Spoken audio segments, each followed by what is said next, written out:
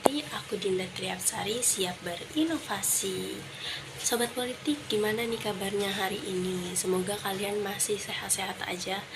Dan yang mungkin badannya masih kurang sehat, semoga kalian cepat sembuh. Karena kita tahu nih, cuaca di belakangan ini tuh lagi kurang enak gitu kan teman-teman. Kadang panas, kadang hujan, jadi kalian harus tetap hati-hati ya. Nah, Sobat Politik, di minggu kali ini atau di video kali ini aku bakal tetap ngelanjutin pembahasan tentang revolusi di Korea Selatan, tetapi agak berbeda dari sebelumnya. Karena kalau di video sebelumnya itu kan aku ngebahas lebih lanjut gitu kan tentang pemberontakan di Gwangju, kayak detailnya gitulah intinya, dari awal sampai akhirnya terjadinya di pemberontakan Gwangju tersebut. Nah, kalau di video kali ini aku mengulas balik atau kita flashback tentang gimana sih di pemberontakan Gwangju itu bisa terjadi. Nah, pasti kan ada nih faktor-faktornya atau cikal bakalnya dari pemerintahan sebelumnya. Nah, jadi di video kali ini aku bakal ngebahas tentang faktor penyebab terjadinya pemberontakan di Gwangju. Kalian pada penasaran nggak? Kira-kira kalian pada penasaran nggak? Kalau penasaran jangan lupa tonton sampai habis. Passwordnya apa? Mari kita laju.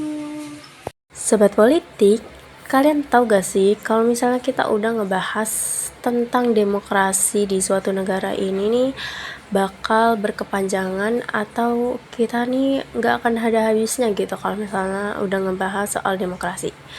Nah, dari para sobat politik juga kalian tahu gak sih apa itu demokrasi sendiri? Nah, jadi sobat politik, demokrasi itu namanya sistem pemerintahan yang diterapkan oleh suatu negara dengan tujuan mewujudkan kedaulatan rakyat. Artinya, pemerintahan dijalankan oleh wakil-wakil yang dipilih oleh rakyat. Aristoteles pernah berpendapat bahwa suatu negara dapat dianggap baik jika kekuasaannya diarahkan untuk kepentingan umum, yaitu kesejahteraan setiap individu. Sebaliknya, negara yang hanya mengutamakan kepentingan penguasa akan dianggap buruk.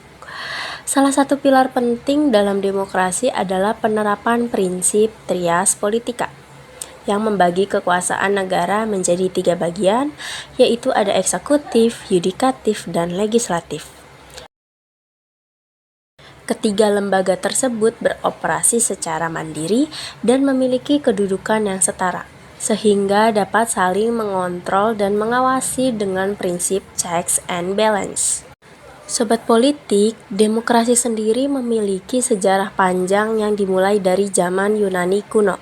Namun, sistem demokrasi modern hari ini berbeda secara signifikan dengan model awalnya.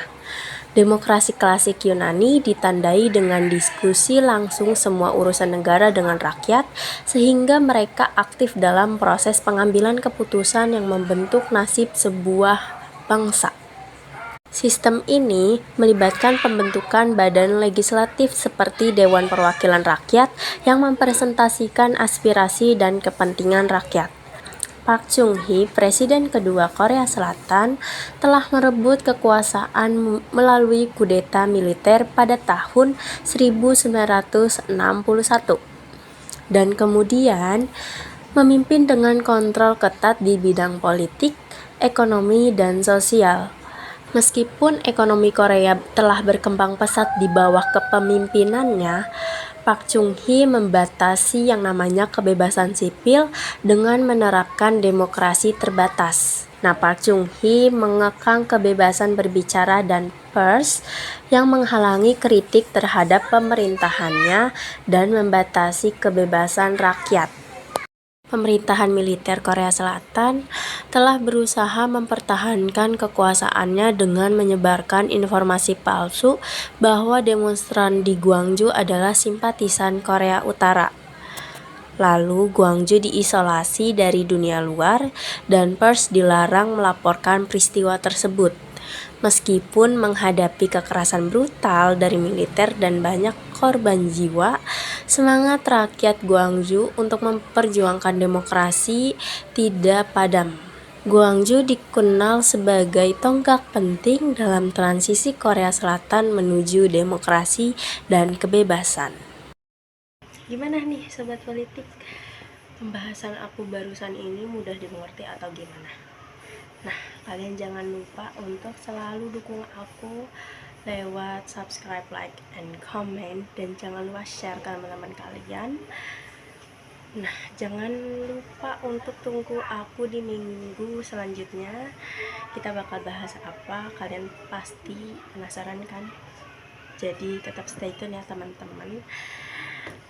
Dari aku segitu aja, kurang lebihnya mohon maaf. Wassalamualaikum warahmatullahi wabarakatuh. Dadah sobat politik.